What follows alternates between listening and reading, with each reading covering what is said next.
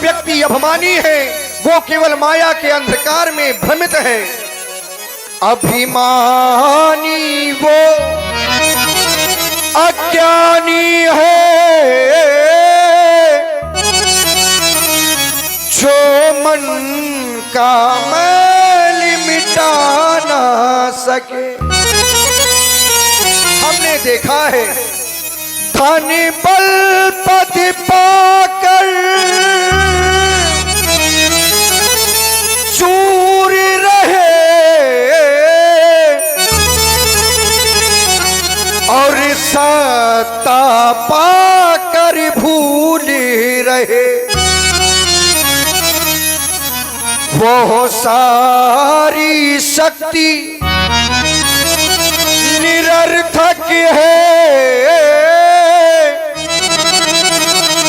जो काम किसी के आ ना सके।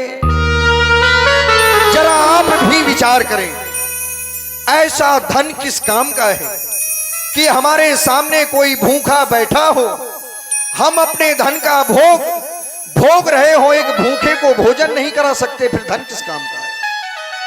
हमारी भुजाओं में बल है, सेना है, संपत्ति है, लेकिन किसी अनाथ को कोई दुर्बल सता रहा है, हम उसकी रक्षा नहीं कर सकते, फिर बल किस काम का। ऐसा जीवन किसी काम का नहीं होता राजमंत्री। इसलिए चाहते हैं कि नित्य की भांति आज भी हमारी प्यारी प्रजा की कुशलता कही जाए, प्रसन्नता कही जाए। कहो कहो अयोध्या में सब कुशलता है।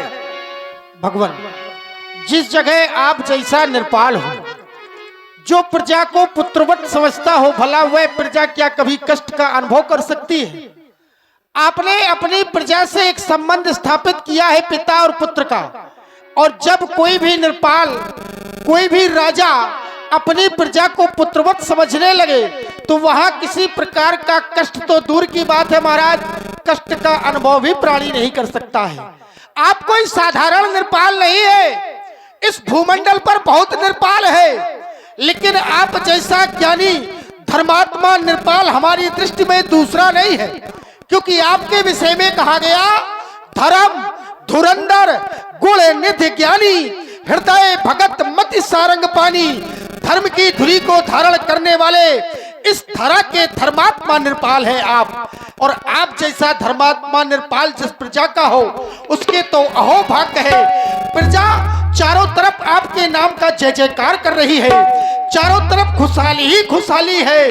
भगवान सब परमात्मा का आराधन कर रहे हैं, मंदिरों में समय पे पूजन अर्चन वंदन हो रहा है, गायों की सेवा गौ सेवा समय समय पर की जा रही है। सब कार्य, विद्यालय, औषधालय आदि जितने भी कार्य हैं, सारे कार्य सुचारू ढंग से चल रहे हैं और सभी आपकी जय जयकार कर रहे हैं। भगवान, सभी आपकी जय जयकार कर रहे हैं। क्यों नहीं राजमंत्री, यदि आज हमारी अयोध्या में इस प्रकार की प्रसन्नता है तो इसमें साधुवाद के पात्र आप हैं।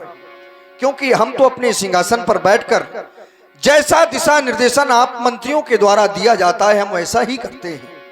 और वैसे भी जिस राजा के राज में 3 झूठ बोलते हैं उस राजा का विनाश हो जाता है, पतन हो जाता है। ये शास्त्र कहते हैं कि सचिव वैद्य गुरु 3 जो प्रिय बोले भयास, तो राज धर्म तन 3 कर होए बेगही नाश।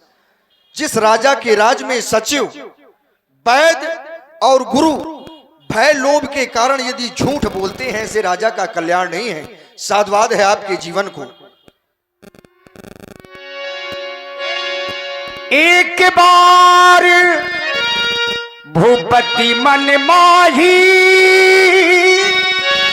भय गिलानी मोरे सुत नाही।